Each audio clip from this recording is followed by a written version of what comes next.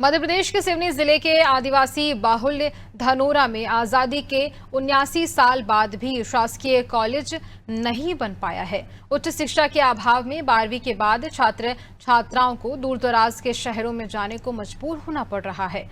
आर्थिक कमजोरी के कारण कई बेटियां आगे की पढ़ाई बीच में ही छोड़ने के लिए विवश हैं। बार बार की कागजी घोषणाओं से नाराज होकर अब युवाओं और ग्रामीणों ने उग्र आंदोलन की चेतावनी दी है।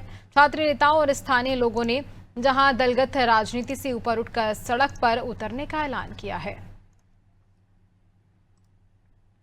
हम लोगों ने विभिन्न प्रकार के ज्ञापन आंदोलन भी किए। इसके स्वरूप क्योलारी कॉलेज से धनोरा में शाखा खुलने के लिए प्रसारित की गई थी न्यूज, तो जिसमें सीट भी आवंटन हो गई थी, जैसे कि बीएससी की, बीए, बीकॉम, गणित समूह और बायो सब्जेक्ट में 80 सीट का आवंटन भी हो गया था। और भवन भी निरीक्षण के उपरांत उस समय क्योलारी के तहसीलदार महोदय के द्वारा जो प्रभार में थे, उन्होंने भवन भी निर्माण निरीक्षण कर लिया था, जो कि भवन शासकीय उच्चतर माध्यमिक विद्यालय का पुरानी बिल्डिंग की भवन में यह शाखा संचालित होनी थी।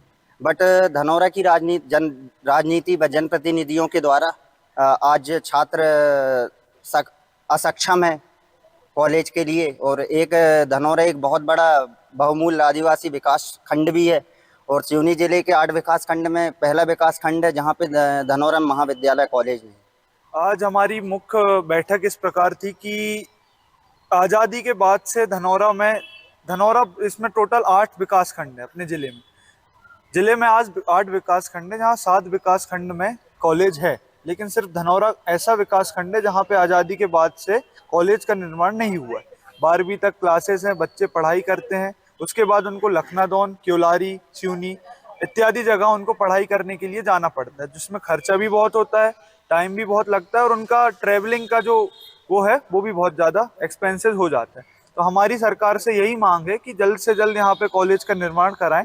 पहले भी ज्ञापन दे चुके हैं हम लोग, लेकिन कुछ जवाब आया नहीं है। अभी शाखाएं खुली थी 2020-22 के, उसमें वो भी बंद हो गई हैं। कॉलेज का मांग यहाँ पर लगभग आज़ादी के बाद से निरंतर होती रही है, परंतु अभी तक 89 साल की 89 साल गुजर चुके हैं, पर अभी तक यहाँ पर कॉलेज का निर्माण नहीं हुआ है।